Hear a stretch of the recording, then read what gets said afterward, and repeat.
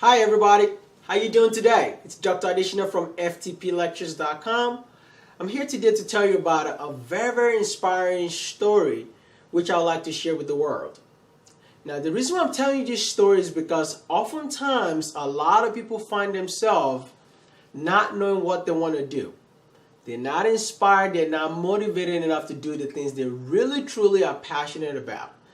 But this story, which was told to me by one of my physics professor when I was in college, really motivated me, and I figured that you might be one of those people out there in the world, lost, depressed, has been told you can't do a lot of things in life, and then feel like you're lost. And there's no sense, there's no purpose in pursuing the things you really wanted to do.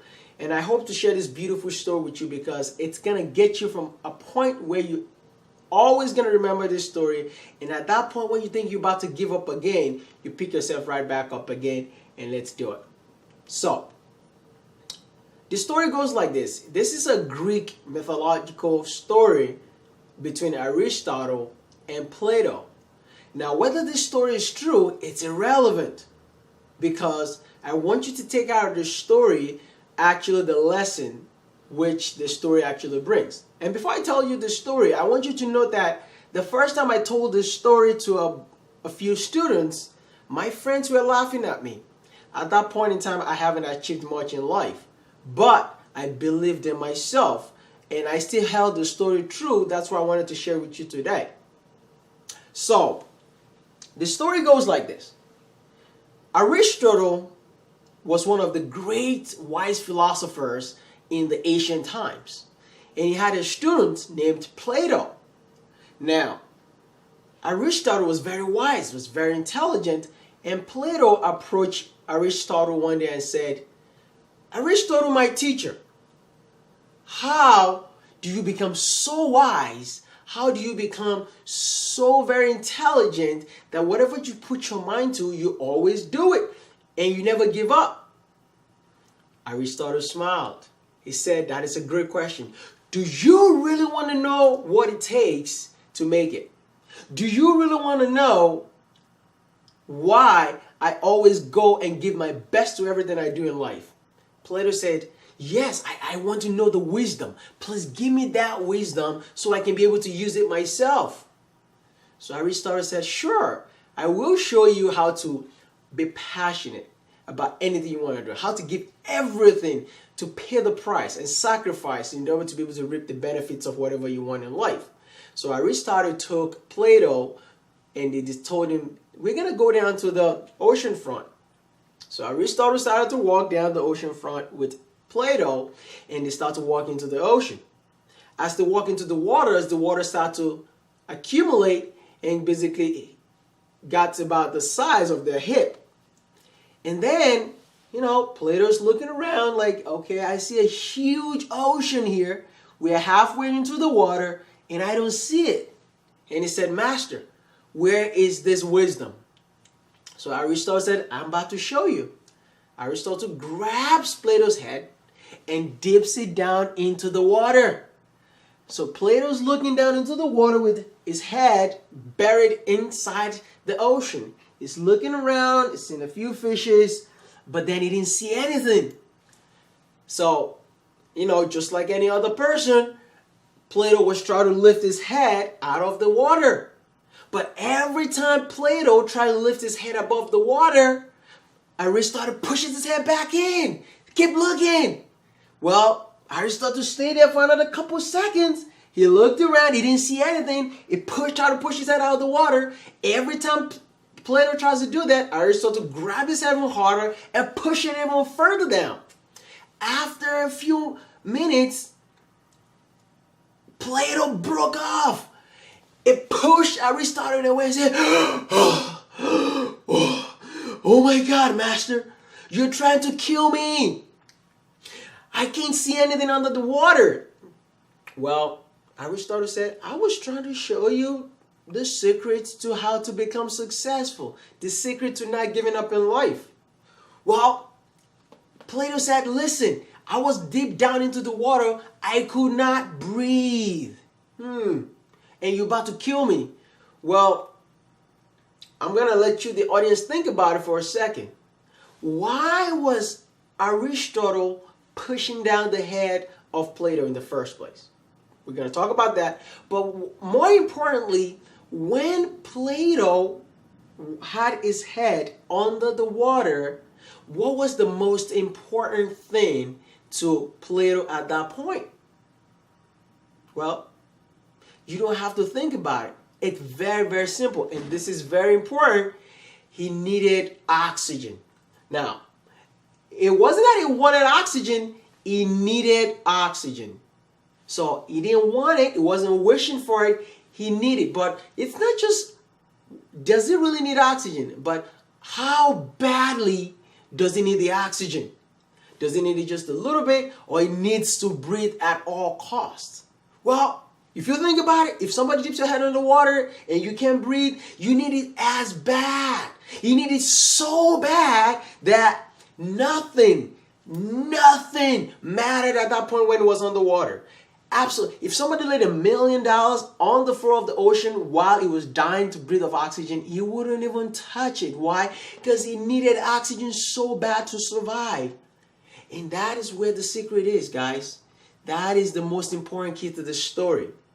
Now, I hear people all the time, I want to become a pilot. Oh, I want to become an electrical engineer. Oh, I want to start my own business. Oh, I want to become a nurse. I want to become a doctor. I want to be this. I want to be that. But one thing that I always noticed about these people is they say they want these things, but they haven't shown how badly they are willing to give everything up for it. Just like Plato needed oxygen so badly that nothing mattered to him. And what did he have to do? He had to break apart. He had to push Plato away. He had to break the barrier. He had to give everything up so he could get that oxygen. Yeah, that is the price you must pay to get anything that's worth it pursuing in life. That is how badly you must want anything you want.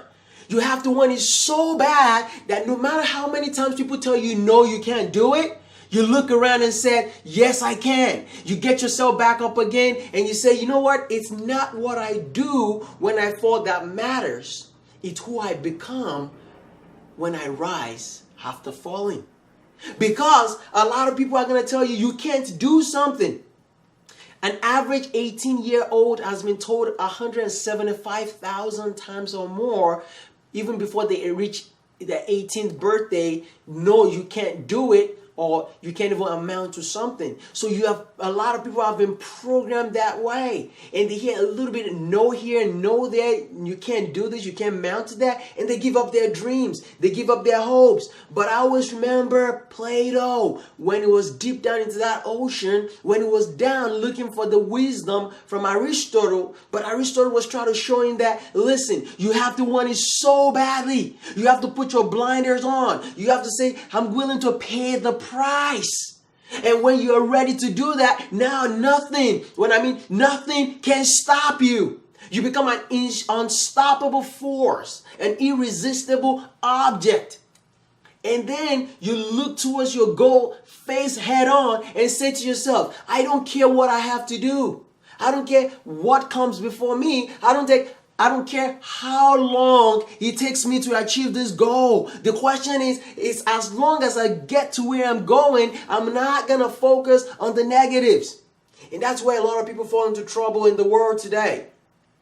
They give up their dreams, their hopes at the little slight sensation of failure. And then they give up. And then they blame other people for their circumstances. They blame their future, their past. They give up their dreams and their hopes of the future from the little failures from the past, which should not be the case. But it's because we have been programmed like that. Somebody once told me in Think and Grow Rich, says failures are practice shots. Even the best golfers in the world still have to practice. They don't give up. So not to talk of us who are just trying to get by. And this is why I wanted to share you this story. So every time you're down, Every time you see that, oh my God, I'm studying non-stop. It feels like the world is collapsing on you. Every time you're giving up that party to go to so that you can read, so you can succeed. Every time you give up that extra, vacation so you can sit down and prepare yourself. Every time you have to retake an exam. Every time you have to sit down and start all over. Always remember, have the end in mind. Because you know what? When you become successful, the world will come to your knees. They will come before you and celebrate your accomplishments. Nobody celebrates failures. But somebody once told me, scratch the surface of a person who they call an expert. And under it, will you find thousands and thousands and thousands of hours of dedication and passion and willingness and perseverance to succeed. But nobody sees you when you fail. The world recognizes you when you become successful. And today, I'm talking to you as you're watching this video. I want you to always remember that lies within you is the potential to become anything you want to become. But remember, that potential can only be manifested if you're willing to pay the price. And what are the prices? I always tell people. The first thing is self-discipline. So if you discipline yourself, discipline really is a master key concept every single individual should always remember. Now, a lot of people would tell you, oh, I don't have time. There's not enough time to do this. Or I can't give a complete task on time. Well, that is not true. You know why? Because there's 24 hours in a day, 7 days a week. Now, here's the very interesting thing I always pondered about. The most expensive currency in the world is your time. Now, it's so expensive, people take it for granted and they don't keep track of it. That's why 20, 30 years can go back in the life of a man and they can never even keep track of how it went by. Because they have never sat down to keep track of their time. Because they do not have enough self-discipline.